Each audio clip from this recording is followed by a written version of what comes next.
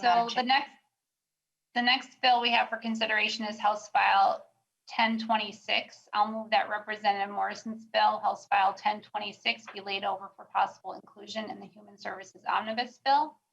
I see that we have an A1 amendment. Representative Morrison, would you like me to move the A1 amendment? Yes, please, Madam Chair. Okay, I move the A1 amendment to House File 1026. All those in favor of adopting the A1 amendment, please say aye. Aye. Aye. Any opposed? The A1 amendment is adopted. Welcome back, Representative Morrison, to your bill. Thank you, Madam Chair and members. Thank you for allowing me the opportunity to present House File 1026. As an OBGYN myself for almost 20 years, this bill creates, I think, a policy change that's very important in ensuring that pregnant women and their babies continue prenatal care and have good health outcomes.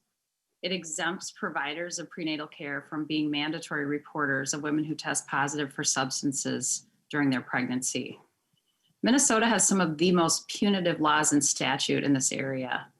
Currently, healthcare professionals or social service professionals are mandated to report a pregnant woman to a local welfare agency if she tests positive for any controlled substance other than alcohol or cannabis. Unfortunately, mandatory reporting of controlled substance use after prenatal screenings leads to distrust of providers and avoidance of prenatal care during pregnancy.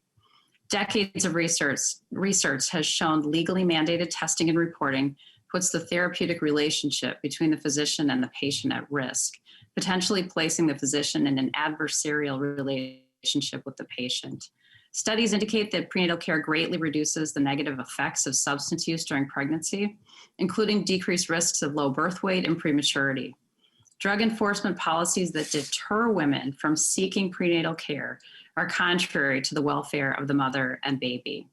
House File 1026 would amend those requirements to eliminate barriers to accessing prenatal care and improve access to addiction services. Pregnant women with substance use disorder should have access to comprehensive services, including prenatal care, drug treatment, and social support services, and not be worried that their newborn will be taken away from them. Addiction is a chronic, relapsing biological and behavioral disorder with genetic components. The disease of substance addiction is subject to medical and behavioral management in the same fashion as hypertension or diabetes. Madam Chair, I was hoping to have a very particular physician here to testify today, but unfortunately she is in clinic and providing care to the very women that I hope this change in law would help. So I'm going to read a quick testimony from Dr. Cresta Jones, who is an expert in this area. So she writes, "My name is Dr. Cresta Wendell Jones, and I write to you today as the only physician in Minnesota who is board certified in both maternal fetal medicine, which is high-risk obstetrics, and addiction medicine. We know that women have better outcomes when they have regular prenatal care with a doctor or midwife. We know that babies do better when their mothers have regular prenatal care. And this holds true for women who are struggling with substance use disorder, even those who are not ready or who are not able to access addiction medicine treatment will have better pregnancy outcomes and healthier babies if they are seen regularly for care throughout their pregnancies. I remain in support of the ability to place referral for child welfare services when women are a danger to themselves or their developing baby. But this must be done in a discretionary fashion that allows us to develop a relationship with the patient and continue to engage her in prenatal care. I leave you with a case that I will carry with me throughout my career. A patient came to see me who admitted to me that she was struggling with dependence to opioid pain pills, but was not yet in a place where she could get into treatment. She was scared and she didn't yet trust me. She was informed that based on her disclosure at that first visit that I was required to make a report to the local child welfare services. She became angry, told me she could not trust me to care for her and her baby, and she left. She never returned, and several months later, I found that she had overdosed on fentanyl and died, along with her developing baby, as she was still pregnant. If I had had the time to gain her trust and support her, would this have happened? Could I have saved them? I believe that with a change in mandatory reporting, I will at least have that opportunity. So I'm disappointed that you all don't get to meet Dr. Jones in person. She's pretty remarkable. So I thank her for sharing that with us. So seeking prenatal care should not expose a woman to criminal or civil penalties, such as incarceration, involuntary commitment, loss of custody of her children, or loss of housing. These approaches treat addiction as a moral failing, and we know better now. So I ask for your support for House File 1026, and I do have 3 testifiers to follow. Thank you, Representative Morrison. Dr. Slagle, welcome to the committee. Please state your name and affiliation for the record and proceed with your testimony. Good morning, Madam Chair, members of the committee. My name is Dr. Elizabeth Slagle, and I am a practicing OBGYN in St. Paul. And I'm the Vice Chair-elect of the Minnesota section of the American College of Obstetrician-Gynecologist. I represent nearly 1,000 providers of women's health care in the state of Minnesota and strongly support House File 1026. And we're so happy to have Dr. Morrison as a champion for us. We can all agree that addiction and substance use disorders represent a public health emergency. And the question at the core of the discussion today is, does our law of mandatory reporting of substance use in pregnancy actually help our mothers and babies? And I'm here to tell you that despite the best of intentions, the current law makes the problem worse. Pregnancy is a time when many women are very motivated to seek care, to improve their health and address addiction. Criminalizing substance use disorders has been proven to be counterproductive. And our approach to substance use in pregnancy should be to support our women and give them either further motivation to support their health and improve the health of themselves and their families. Mandatory reporting promotes a steady undercurrent of fear in our communities, and this fear erodes the trust between a woman and her provider and becomes a major deterrent to prenatal care. I have had countless patients that have been lost to prenatal care when concerns around substance use are surfaced. One patient who had been engaged in prenatal care, had been engaged in treatment for opioid use addiction, unexpectedly became pregnant and then lost to care. She ended up experiencing heavy bleeding at around 30 weeks of pregnancy and emergently delivered a premature low birth weight infant who spent many months in the neonatal intensive care unit. The patient stated later that she stopped accessing care once she became pregnant, fearing that she would be penalized for her addiction and have her child taken from her. In obstetrics in the United States, we are fighting a huge rise in maternal mortality, enormous health inequities, and rising rates of substance use. In the US, it is more dangerous to have a baby now than it was a generation ago, and it's far more dangerous for women of color. We need to make every effort that each law and policy as it relates to pregnancy care has the effect of improving access to care, improving trust with providers, and reducing maternal morbidity and mortality.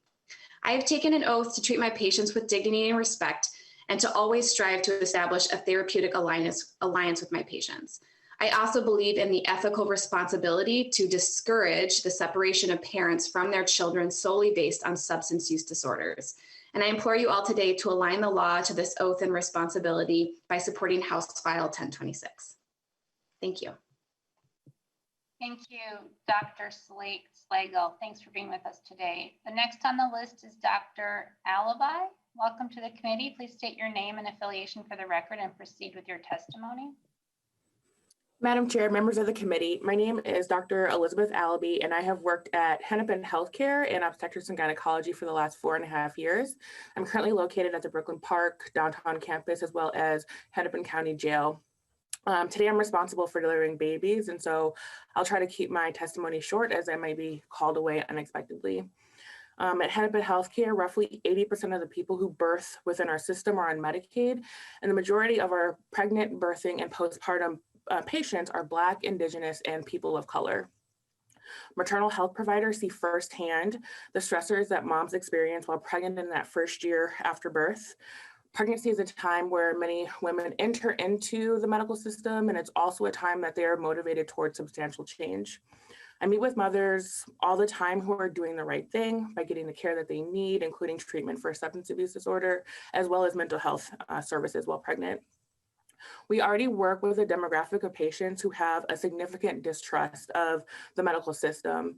And then we spend an entire pregnancy building that trust, helping moms get the full breadth and benefit of prenatal care, only to have that trust undermined by reporting moms who have been obtaining with compliance substance abuse treatment. The fear of having their child taken away is now a barrier and deterrent to care. We know that prenatal care, education, and supportive programs are some of the biggest determinants of improving outcomes in both mother and child. I recently was in a birth with a mom who had a history of substance abuse.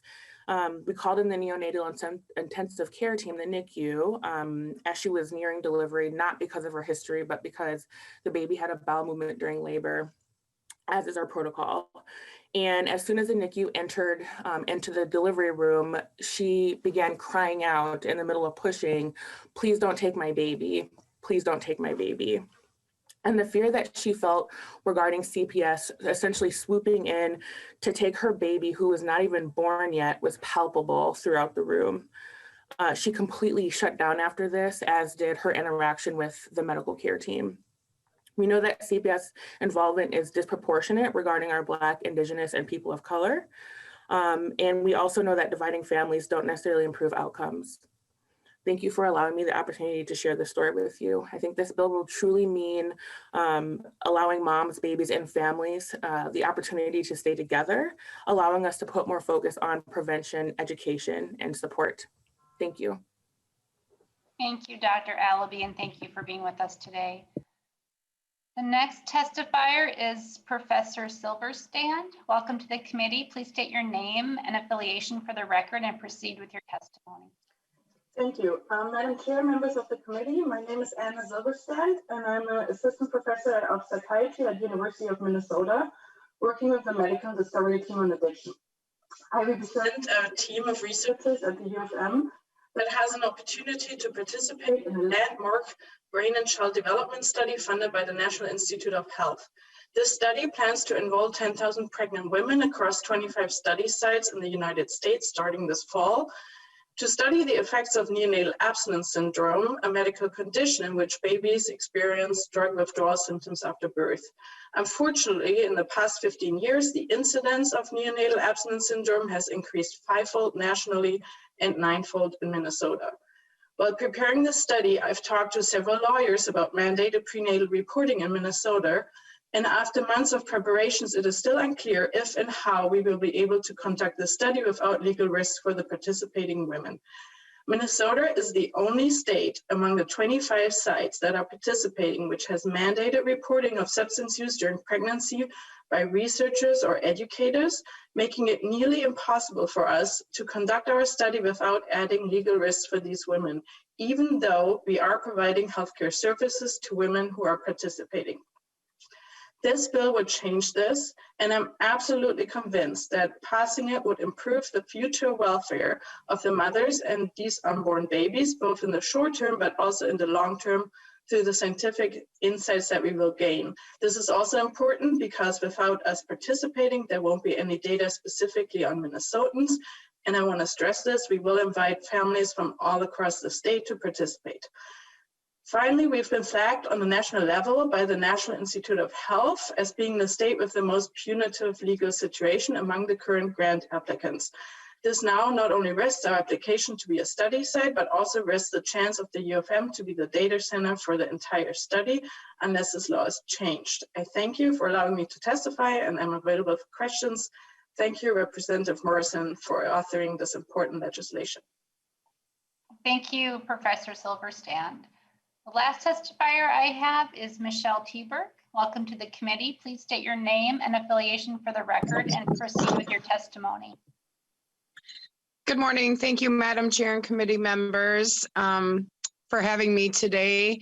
My name is Michelle Teberg, and I am a registered nurse. My husband and I are licensed foster parents through the state of Minnesota, and we have had not one, but 2 newborn babies come to us immediately after being discharged from the hospital following their birth. Both of these precious babies are victims of drug abuse by their mothers while pregnant. We have personally witnessed the negative effects this has had on both babies. Although I am unsure if this bill will be helpful if passed, I am here to strongly encourage every voting body to consider the crucial need to get these drug-using mothers into committed treatment as soon as possible by medical providers, social workers, and any other professional that may need to be involved. These innocent children have no voice or choice in the matter, and sadly will potentially live the rest of their lives with issues. If this bill is passed today, I feel strongly that it needs to be followed up on regularly to determine if it has been more helpful or not, and if not, for something else to be considered. If this was happening to unborn children in your own families, how would you vote to make your little loved ones a priority? The safety, health, and general well-being of children should come first. Madam Chair and committee members, thank you for allowing me to testify at today's hearing. I appreciate your time and consideration very much. And if anyone has any questions, I'd be happy to answer. Thank you, Ms. Teberg. Any other comments, Representative Morrison, before we go to questions? I don't think so. Thank you, Madam Chair. Okay, Representative Novotny. Thank you, Chair Schultz, and I speak in favor of this bill. There are some minor things that might have objections to, but the important thing is to keep first things first. And the fact that the mother is wanting to go to the doctor's office to start with indicates that she does want to do the best that she can for the unborn child, and that is her opportunity to get the help and maybe get into the treatment. That is her best avenue for getting the help that she needs. In my past job, having dealt with several of these situations where the mothers during heavy drug use have gone underground and have hid and have had the babies born, for lack of a better term, off grid, because not only are they hiding from the authorities, they're hiding from their own families. I think it's much better that they have that trust with a doctor who might be able to help them or might be able to treat the baby immediately after it's born. Having seen the effects of a baby that's born to a mother that's using, that's a very high risk situation. So if we keep the first things first, I think this is important. Thank you. Thank you, Representative Novotny. Representative Kiel. Thank you, Madam Chair. I have had some personal experience watching babies in neonatal. I had grandson twins that were born early. One of them had IUGR, which I'm guessing Dr. Morrison knows all about.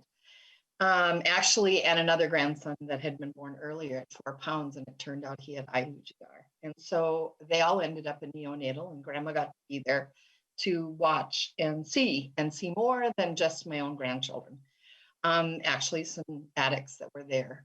My concern is, as we look toward helping mothers, there was neglect before and after the baby was born. You could see it. It really was sad to see. And obviously the moms were having major problems, besides having a baby that was not going to be on their, they just couldn't be responsible for the baby. So my concern is, I think it's wonderful that we're talking about preborn babies. I think that is absolutely, from conception to long after they're born, there is some major things that need to happen with babies. And they're highly demanding. We all know that as mothers, we know how challenging that can be. And if a child is born with drug problems, it is that much more. So I know we need to get going. I can see Chair looking at me like, move on, Deb. Anyway, I have a real passion for this. I really wonder, are we able to help turn this around? How does it look? Can we, what do other states do? I don't want people to think that they can be on drugs and keep doing this, because we see the damage. As Michelle Teberg said, we see the damage long after they're born. And I've seen lifetime of damage because I happen to know somebody that was on drugs long before they had kids. So how are we going to keep mothers involved in childcare? both from conception all the way to past that, if they come to the hospital or the clinic and identify that they're pregnant, and I'm guessing they don't know till, a few months later that they realize, well, there's something else going on here. Or it could be possible, let's put it that way. And I'm just wondering, Representative Morrison, have we checked at other states to see how they're dealing with this, and what might our results be? What are we looking for? Representative Morrison. Thank you, Madam Chair, and thank you, Representative Kiel. I share your passion for these issues. My career has been devoted to them. But you bring up a lot of big societal questions, and we are in the midst of an opioid epidemic and a substance use epidemic that has been exacerbated by the COVID-19 pandemic. So there are all kinds of big overlapping and intersecting issues that touch on this. But when someone is suffering from a substance use disorder or an opioid use disorder, it is a really difficult medical condition, and they need all the support that they can get. And the mere baseline is being able to trust their healthcare provider to initiate that. We know we have rising rates of neonatal abstinence syndrome, and we know that a healthy percentage of babies born with neonatal abstinence syndrome, which means that their mother had been using substances during the pregnancy, that a healthy percentage, I believe it's 20% of those women, had no prenatal care whatsoever. So the sooner that we can get these pregnant people into their healthcare provider to develop that trusted relationship, the better chance we have and they have of getting the treatment that they need, getting off of the substances, and giving their babies the best possible shot at the best possible life. And I think that in terms of what's going on in other states, there's a lot of evidence that supports this approach.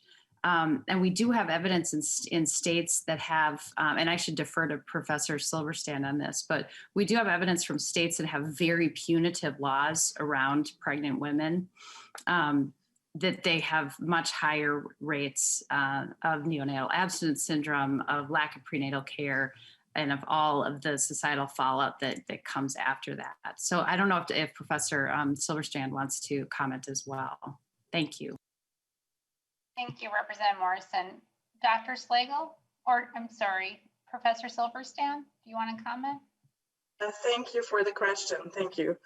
I would like to comment that I'm a psychologist by training, and there is an abundance of evidence that creating fear is the worst motivator for behavioral change, and that I have talked to a dozen of clinics in the past months, and every single one of them has told me they're losing patients because of the fear that prenatal reporting creates. So there is no doubt that this creates fear, and I think ultimately we all have the same goal. We all want to treat these women and help the families to recover, and ensuring the trust between the provider and the person that seeks care will be the best way to do this. And there's an abundance of scientific support for this. Thank you. Thank you, Professor Zilverstand. Let's see, going to the other members' questions. I have, Representative Kiel, did you have a follow-up? You're muted, Representative Kiel. Sorry about that. My statement would just be, where are we going from here? If we're not reporting, what happens then? And are we creating a bigger problem than we already did? I get the fear, I really do. I saw it myself. And delivering is a highly intensive experience. So depending on where you are in your past, I just wonder if we're open-ended, leaving more problems to need to be solved. And yeah, so thanks. Thank you, Representative Kiel. Representative Pearson. Thank you, Madam Chair. And having been a licensed foster care provider myself and gone through the training that deals with a lot of these prenatal issues and substance abuse during pregnancies and how that impacts them. I'm actually a little bit surprised that alcohol was excluded from this. And I feel like that specifically can inform us on how doctors are actually using this in practice today. We're basically eliminating the mandatory reporting. We went back, and with the amendment, I understand we made it so that if someone stops getting care, then that becomes a mandatory reporting incident once again, once that person has terminated their prenatal care. My question is, a little bit nuanced in the fact that the doctors still have the freedom or the ability, again, if they're looking out for the best interest of the child, if things still aren't going well, do they have the capability of doing reporting, even though it's not mandatory?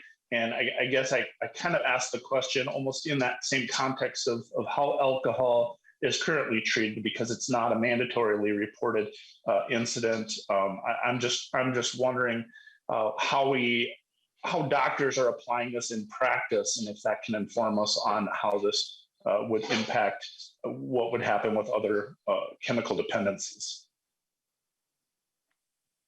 Representative Morrison.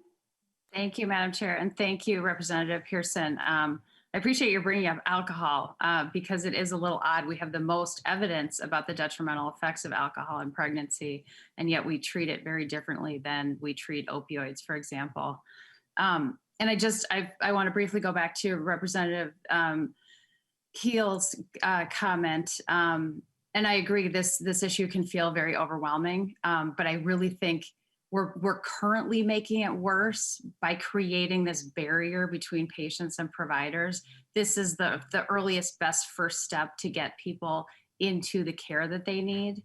And I absolutely understand the concern, but this is about bringing down barriers to accessing care and to helping pregnant people get the care they need and become healthy. And, if you make the analogy to diabetes, for example, if you have a pregnant person who is really struggling to manage her blood sugars, we would never think about reporting her to the authorities and consider removing her child from her. She has a difficult medical condition to manage, and it is analogous. We kind of need a mindset change. And high blood sugars in mom are detrimental to the developing fetus. So I just wanted to touch on that. And then Representative Pearson, I'm already forgetting what your questions were, but you talked about alcohol. And then in terms of current practice, the bill does still allow for reporting if there is concern about the patient being a harm to herself. And if there is recurrent habitual use. And there's also the amendment that Senator Benson and the Senate worked out, and that Dr. Jones, who's very much on the front lines of this issue, agreed with. It allows some discretion for the provider to, if the patient, after contracting to let's be in this together and work together, recurrently does not show for care, then there is a provision where the provider can report. So I think it strikes a good balance between making sure that patients are coming in to get care, trusting their providers, and then also being careful to look out for their well-being. Thank you, Representative Morrison. Representative Pearson, do you have a follow-up? I do, Madam Chair. Again, Representative Morrison, you're doing a great job defining exactly the terms of the question. And again, maybe it's a better question for the practitioners to address, just based on, again, we have an example in the fact that we know alcohol has this absolute negative consequence of exposure of a fetus to alcohol in utero, and that baby that's in there, that we have to look out for the best interest of that baby. And I fundamentally support the bill. I get the concept, I get what you're going for, but I guess I'm really trying to get to the heart of my question is, how do we in practice apply this with alcohol right now? Because it isn't mandatorily required that it be reported. If the doctor determines or is aware that, you know, the blood tests show that the mother carrying a baby has alcohol in their system, they are not mandatorily required to report that. But how often or when do they then make that step to make the decision to report, even though it's not required? Representative Morrison. Thank you, Madam Chair, and Representative Pearson. Providers of prenatal care screen all pregnant women for all substance use during pregnancy.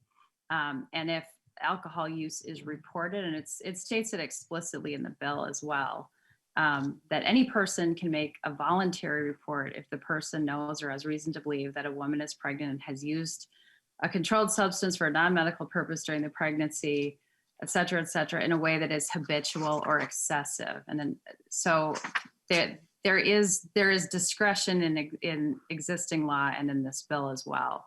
So that's an ongoing conversation that providers have with patients. And the sooner a patient gets in for prenatal care, the sooner those conversations can be initiated, and the better the chance that the patient will disclose to the provider so that they can work together towards solutions. Thank you, Representative Morrison. Representative Pinto. Thank you, Madam Chair. I'll just thank you so much, Representative Morrison, and to the presenters. So powerful, and I really appreciate it. And I guess I just wanted to, I was going to ask a couple of questions, but I think I'll connect Representative Morrison offline about them. But I just want to highlight the addition of the phrase "care for the woman's infant." That this is not just during prenatal and postpartum care, but also focusing on the care for the child.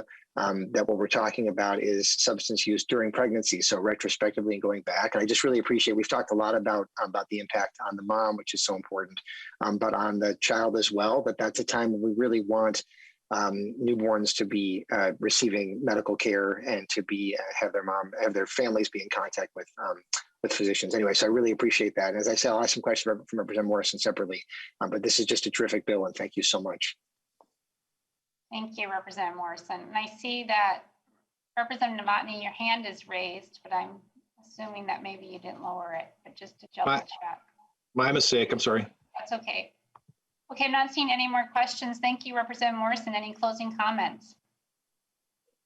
Thank you, Madam Chair and members. I appreciate the conversation, and I'm very grateful to our testifiers today for providing their expert testimony and for the work that they do for our pregnant Minnesotans, new moms, and babies as well. This is a difficult subject, but it's one that needs to be tackled, and I'm grateful for your interest and support. Thank you, Representative Morrison. I'm going to renew my motion to lay House File 1026 as amended over for possible inclusion in the Human Services Finance Omnibus Bill. And thank you for our testifiers today as well.